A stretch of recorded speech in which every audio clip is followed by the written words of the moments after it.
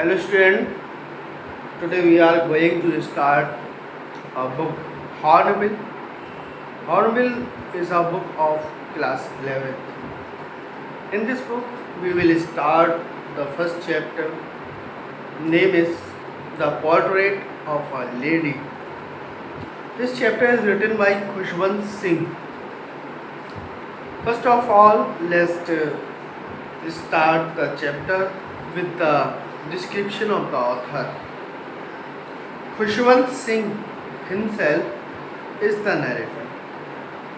He was born in Hardani, that is a place in Punjab, on 2nd February 1915.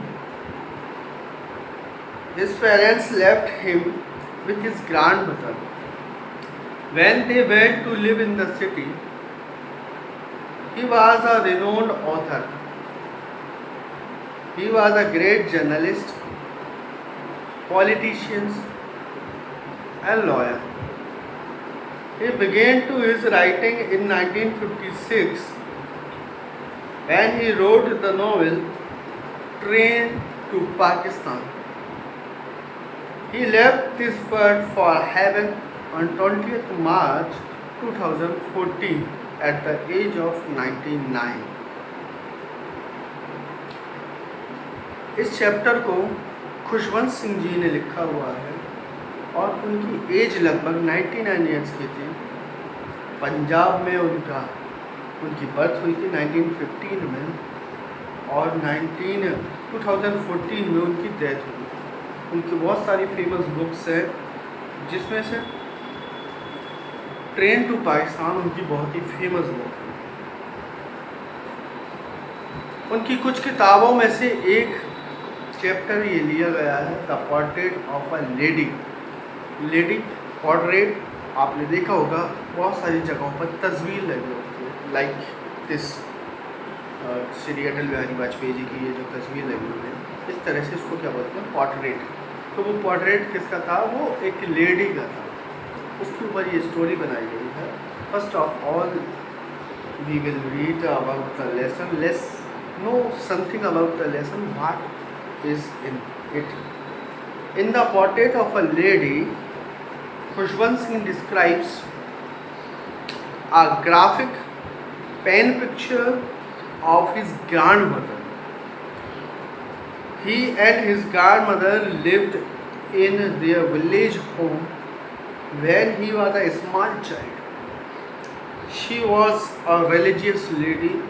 She always would move her lips in a silent prayer. She died with a prayer on her lips and rosary in her hand.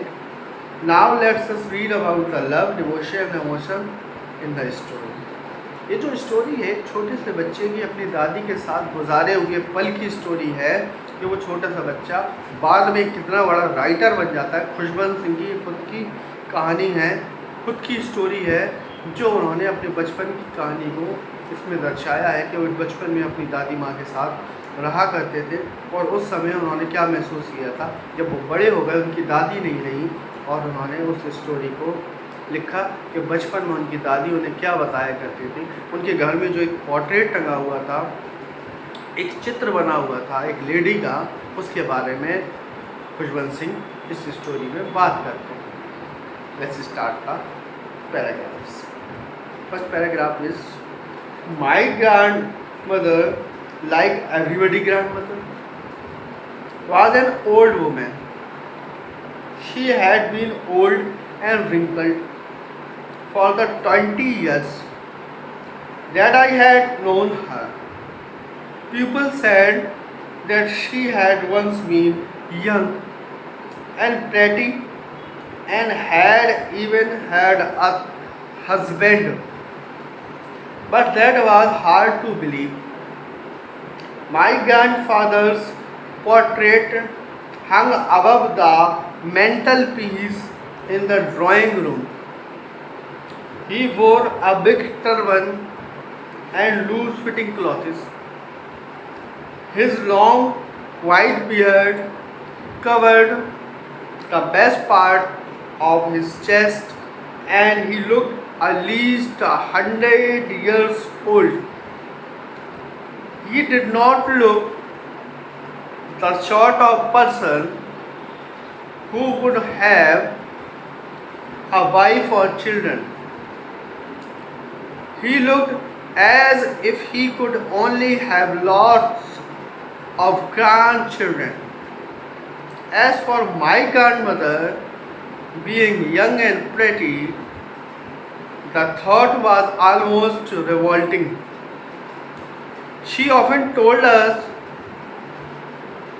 of the games she used to play in her childhood that seems quite absurd and undignified on her part, and we treated it like the fables of the prophets she used to tell us.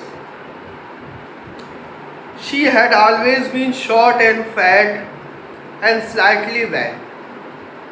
Her face was a crisscross of wrinkles running from everywhere to everywhere. No one certain she had always been as we had known her.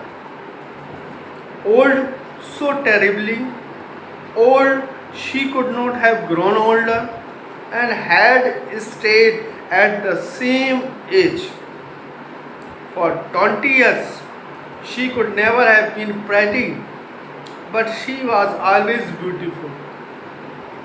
She hoped about the house in the spotless white, and one hand resting on her waist to balance her stoop, and the other telling the beads of her rosary.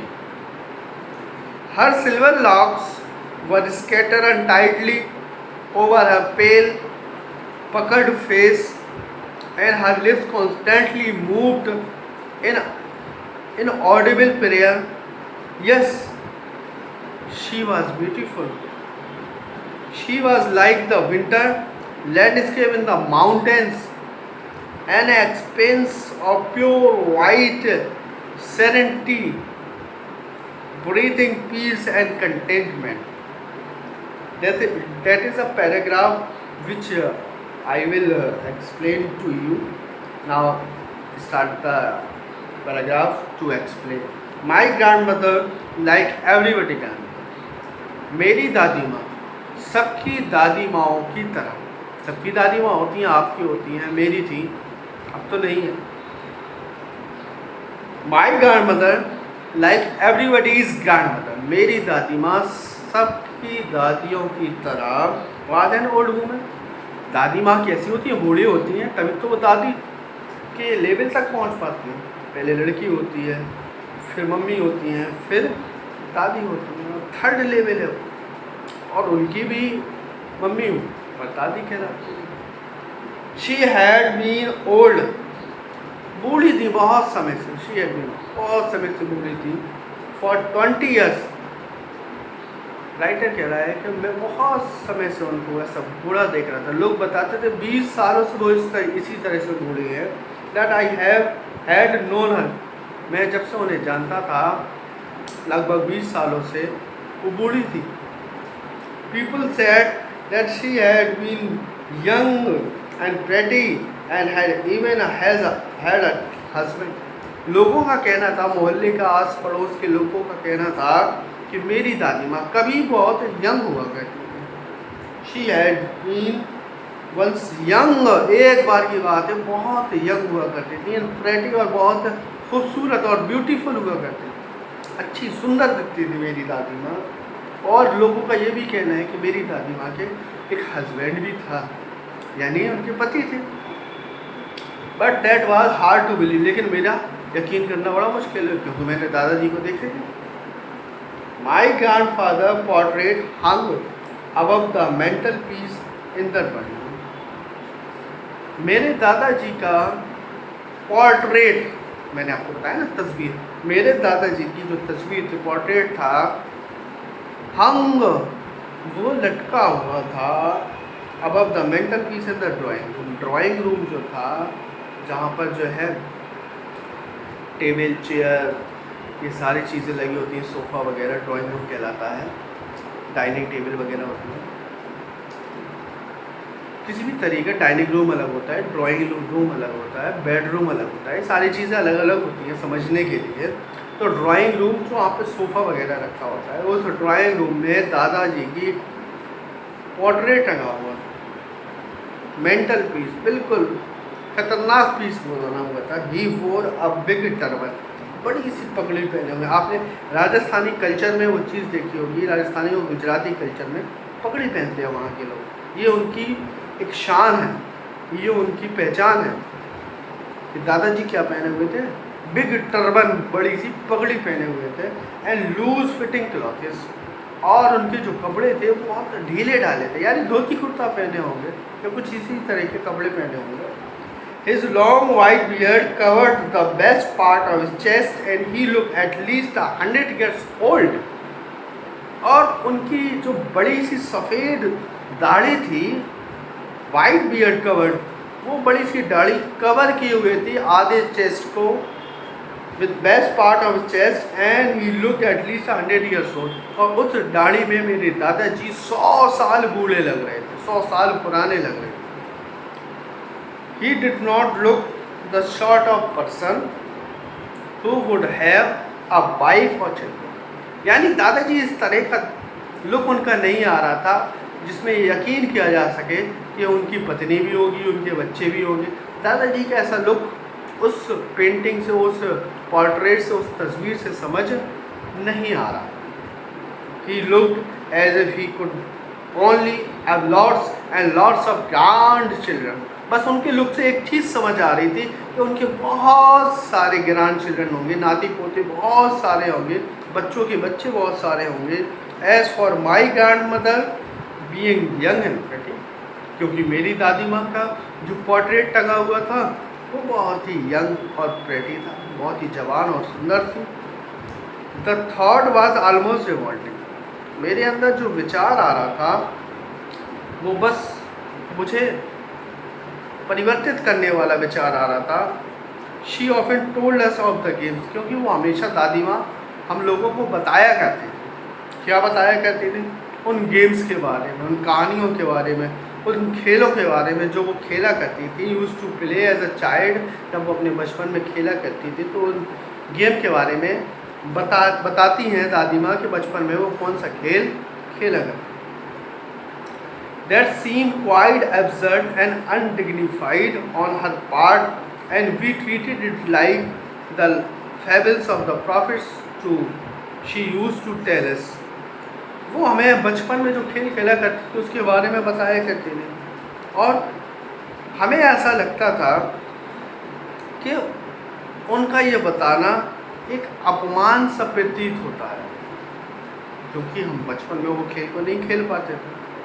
और वो हमें ऐसा भी बताया करती थी, जो धर्म गुरुओं ने उन्हें कहानियाँ सुनाई थी, जो उनको धर्म के बारे में पता था, वो कहानियाँ दादी माँ सुनाया करती थी, वो कथाएँ सुनाया करती थी। वो कहती थी कि हमें जो धर्म गुरुओं ने सिखाया वो कहानियाँ हम तुम लोगों को भी सिखाएंगे, अपने बच्चों को। She had always been short and fat and slightly bent। हमेशा की तरह वो जो है, she had always been short, थोड़ी सी नाटी थी, झुकी हुई थी, फैट, मोटी सी, एंड बैंड, और झुकी हुई थी। नाटी, मोटी और झुकी हुई। दादी माँ बुढ़ापे में चलते चलते क्या होता है कि लोग थक जाते हैं, कमर उनकी झुक जाती है, और क्या होता है चलने में प्रॉब्लम होती है। कभी कभी सहारा लेती है लकड़ी का, स्टिक का, बैल का, लोगों का, और तब जाके वो चल पाते हैं लोग। ऐसा आपने देखा होगा, आपने सुना होगा, जाना होगा। Her face was a criss cross of wrinkles running from everywhere to everywhere. Her face was a criss cross, ये क्रिस क्रॉस इसको बोलते हैं, क्रिस क्रॉस कहलाता है। Her face was a criss cross of wrinkles, यानी झुर्रियों से वो क्रॉस बने हुए थे, कई झुर्रियाँ एक दूसरे को आपस में काटती हुई। स्किन एक एज तक बनती है, अबाउट 40 ईयर्स तक। 40 ईयर्स के बाद स्किन का बनना समाप्त हो जाता है और वो जो स्किन होती है वो मोटी होती जाती है, और जब मोटी होती है तो ऊपर की पपड़ी भी बनती जाती है, और जब पपड़ी बनती है तो वो सिकुड़ जाती है और वो टूट जाती है, चटक जाती है, झुर्रियाँ पड़ जाती हैं, निशान आ जाते हैं। ये एक सिंबल है, एक निशानी है बुढ़ापा आने की।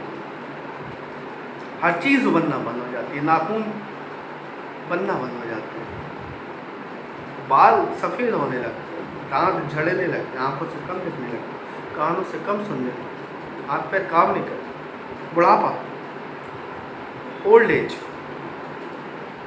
Chris cross of wrinkles running from everywhere to everywhere, एक जगह से दूसरी जगह क्रॉस करती हुई। No we were certain she had always been as we had known, नहीं वो हमेशा से ही बूढ़ी थी, हमेशा से ही ऐसी दिखती थी, मैं कितने वर्षों से उन्हें देख रहा हूँ, वो ऐसी ही दिखाई देती, उनमें कोई परिवर्तन, कोई चेंज नहीं आ रहा। ओल्ड, बूढ़ी, हमेशा से, सो टेरिबली ओल्ड, इतनी ही बूढ़ी, बहुत बूढ़ी, that she could not have grown older, इससे बूढ़ी अब वो कभी दिख ही नहीं सकती थी, इतनी बूढ़ी हो चुकी है कि अब उससे बूढ़ी क्या होगी।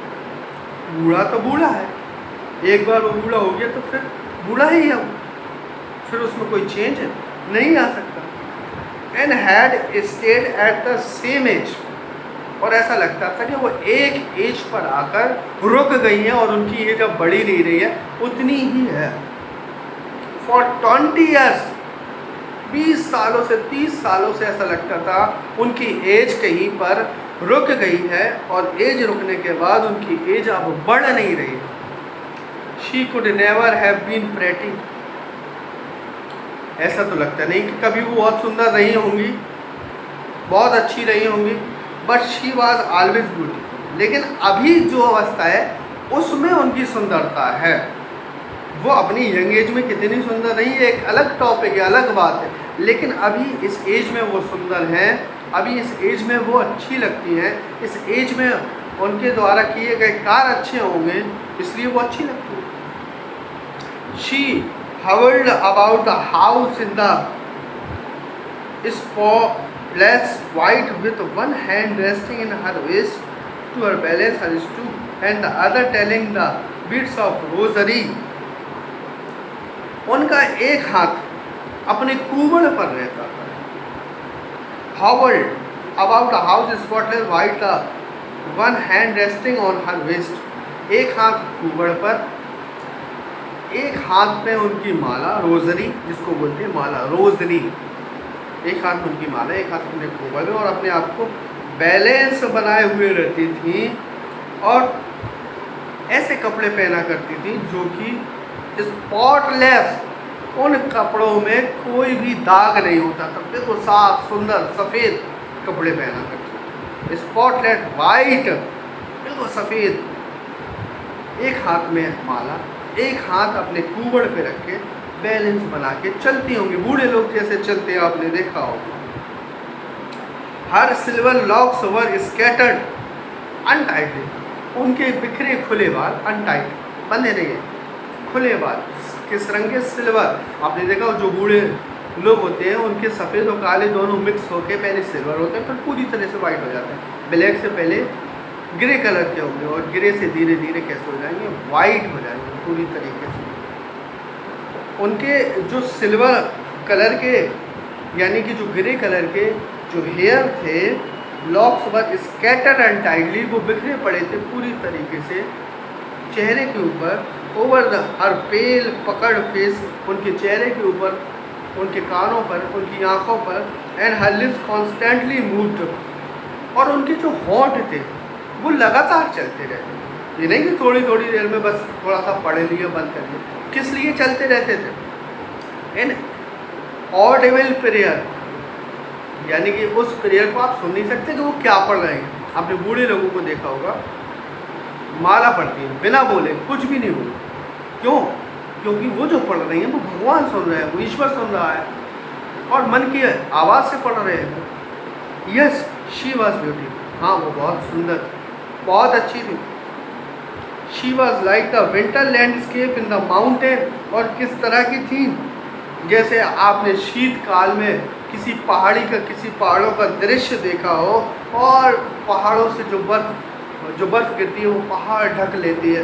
इस तरह की सुंदरता का एक्सप्लेनेशन उस राइटर ने अपनी दादी माँ के लिए किया है। मेरी दादी माँ इतनी सुंदर। An experience of pure white serenity, जो कि अपने अंदर एक बिल्कुल स्वच्छ सफ़ेद श्वेत शांति को फैलाए हुए हैं। और ऐसा लगता है कि पहाड़ों के ऊपर की जो बर्फ़ है, जो शांति फैलाए हुए, उस तरह की फीलिंग उसने अपनी दादी माँ के अंदर महसूस की। ऐसा वातावरण घर में महसूस होता था, बिल्कुल संतोषी भरा, बिल्कुल अच्छा वातावरण था। My god mother and I were good friends. My parents left me with her when they went to live in the city, and we were constantly together. She used to wake me up in the morning and get me ready for school. She said her morning prayer in a monotonous sing-song while she bathed and dressed me in the hope and that I would listen and get to know it by heart. I listened because I loved her voice but never bothered to learn it. Then she would fetch my wooden slate, and she had already washed and plastered with yellow chalk, a tiny earthen ink pot and red pen.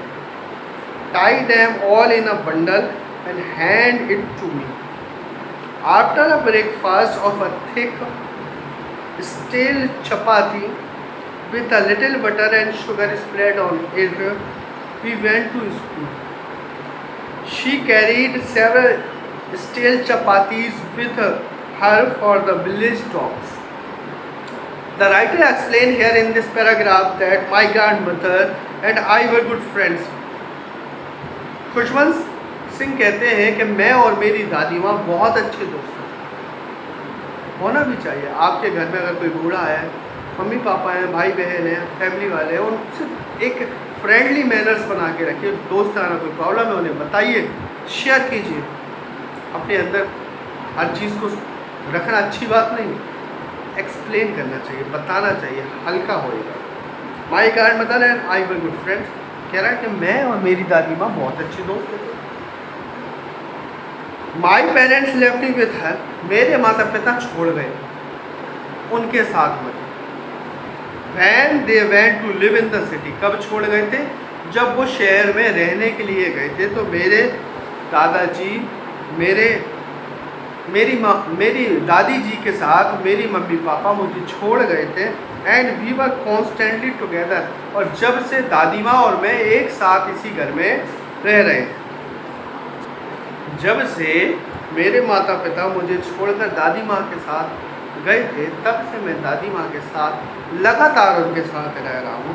She use to wake me up, use to हमेशा, अक्सर वो मुझे उठाती हैं, वेक me up उठा देती हैं, in the morning सुबह, and get me ready for school, और मुझे स्कूल के लिए तैयार करती हैं। रोज़ मेरी दादी माँ मुझे सुबह स्कूल के लिए उठा देती हैं, मुझे तैयार करती हैं। She said her morning prayer in a monotonous sing song, और रोज़ सुबह जब वो मुझे उठा देती है, फिर वो अपना हमेशा से गाने वाला जो गीत था, अक्सर जो वो गाया करती थी, गुनगुनाया करती थी, उसी गीत को गाती हैं। While she bathed and dressed me in the hope, जब वो मुझे नहलाती थी या मुझे कपड़े पहनाती थी, वो मेरे सामने इस गीत को ज़रूर गाती थी, दैट आई वुड लिसन, कि मैं इस गाने को सुनूंगा, and get to know it by heart, और इसे दिल से जानूंगा, सीखूंगा, समझूंगा। आई लिसन, मैंने सुना, जाना, सीखा, because I loved her voice, क्योंकि मुझे दादी माँ की जो आवाज़ है बहुत अच्छी लगी, बहुत प्यारा और मीठा गाया करती थी। बता रहे हैं खुशबंत सिंह, मेरी दादी माँ मुझे सुबह उठाया करती थी, उठाने के बाद वो गाना गाती थी, जब तक मैं नहा नहीं लूँ, जब तक मैं कपड़े नहीं पहन लूँ, उसी गाने को गुनगुनाती थी ताकि मैं उस गाने को सुनूं। मैं सुनता भी था, मैं समझता भी था क्योंकि मुझे दादी माँ की आवाज़ अच्छी लगती थी। ये तो वीडियो बनाता है हमारे नंबर पर वो इसका नहीं खराब है मेरी बोल रहा तो फिर हमें दो बना संदीप बोला संदीप, कह लो कि ये दो बना ले बना लेंगे बोला बोला वही है 9 बजे से बैठे बोला बोला।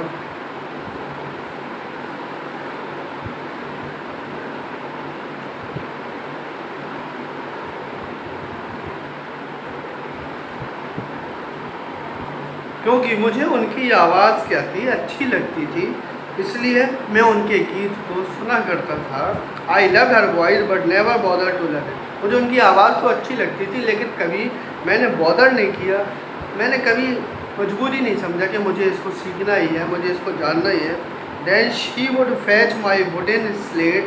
उसके बाद वो मेरी लकड़ी की जो स्लेट हुआ करती थी, पहले के ज़माने में स्लेट चलती थी जिसके ऊपर चौक से लिखा जाता था, उस ज़माने में वही स्लेट चला करती थी। तो वो मेरी जो है लकड़ी की जो स्लेट थी उसको लाया करती थी, which she had already washed. उसको पहले से वो धो दिया करती थी, क्योंकि जब स्लेट पे लिखोगे तो इरेजर वगैरह तो उस पर चलती नहीं है, तो उसको धोना पड़ता था ताकि वो फिर से ब्लैक हो जाए और उस पर लिख सके। Was and plastered with yellow chalk, और पीली चौक से उसमें प्लास्टर यानी पोत दिया करती थी। कभी आपने चूल्हा पोतते हुए देखा है ना, पीली मिट्टी से चूल्हा पोतते हैं, उसको पोत दिया करती थी। अटिनी अर्थन इंक, और फिर चूल्हे की जो राख हुआ करती थी, उससे पोत देती थी, या कालौच होती थी उससे पोत देती थी। Pot and a red pen, और एक रेड पेन, इंक, जो भी सामग्री यूज़ होती थी। Tie them all in a bundle and hand it to me. उन सबको एक साथ बांधे, और सबको एक साथ बांधने के बाद वो पूरा बंडल बनाकर मेरे हाथ में स्लेट, वो बंडल जो सामग्री है लिखने की, वो मेरे हाथ में दे देती थी ताकि मैं पढ़ने के लिए चला जाऊँ। आफ्टर अ ब्रेकफास्ट, और नाश्ता करने के बाद, ऑफ अ थिक स्टील चपाती। कैसा नाश्ता? थिक, मोटी, स्टील, बासी चपाती यानी रोटी, मोटी बासी चपाती। जो रात का बचा हुआ भोजन था, जो बासी भोजन है, मोटी मोटी रोटी, बासी वो भी, उसका नाश्ता किया करते थे। आज के टाइम में हम आपको तो कितना ताज़ा नाश्ता मिलता है, सब कुछ फ्रेश, फिर भी हम लोग नहीं पढ़ते हैं। और खुशवंत सिंह को देखिए कि बासी रोटी खाया करते थे, यानी घर में यही होगा उस टाइम पे, बासी रोटी, और जो है खाया करते थे एक दिन पुरानी या 2 दिन पुरानी जब की भी रोटी हो, विथ अ लिटिल बटर, उसके ऊपर घी लगा दिया जाता था, and sugar spread on it, और उसके ऊपर शक्कर आपने देखी होगी, आपने देखा होगा बहुत सारे बच्चे शक्कर ऊपर लगा लेते हैं और उसका रोल बना के कट करके उसको खाते हैं। इस तरह से वो भी उसे खाया करते थे।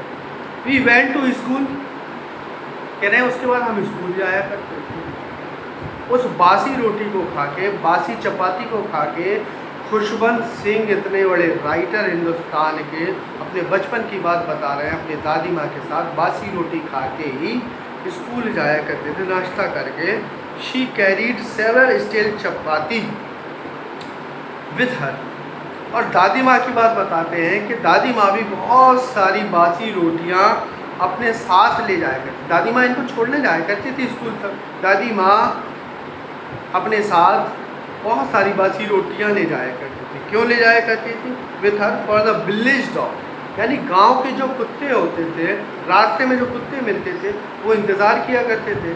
दादी माँ निकलती थी और उन गांव के कुत्तों को, जो भूखे कुत्ते होंगे, उनको ये रोटियां डालती जाती थी और वो खाया करते थे। तो बासी रोटी ही खुशवंत सिंह के लिए ही थी, बासी रोटी उन कुत्तों के लिए भी थी। और इस तरह से इनका रोज़ का ये दिनचर्या थी कि जब इस सुबह उठते थे, दादी माँ इन्हें उठाया करती थी, फिर गीत गाया करती थी। उस गीत को नहाते में और कपड़े बदलने में सुना करते थे। दादी माँ इनकी स्लेट तैयार कर दिया करती थी, स्लेट के साथ जो बंडल, जो सामग्री यूज़ होनी है लिखने में, वो तैयार कर दिया करती थी। उसके बाद ये बासी रोटियों का नाश्ता करते थे, और बासी रोटियों का नाश्ता करने के बाद ये अपनी दादी माँ के साथ स्कूल तक जाया करते थे। और दादी माँ बाकी की बची हुई बासी रोटियां कुत्तों के लिए तैयार रखती थी। That's end of the paragraph number 3 today. That's end of the lecture today also. I hope you like the video most. If you have any problem, please come in the school to discuss the topic with us and the other teacher also. The remaining paragraph will continue in the next video. Thank you.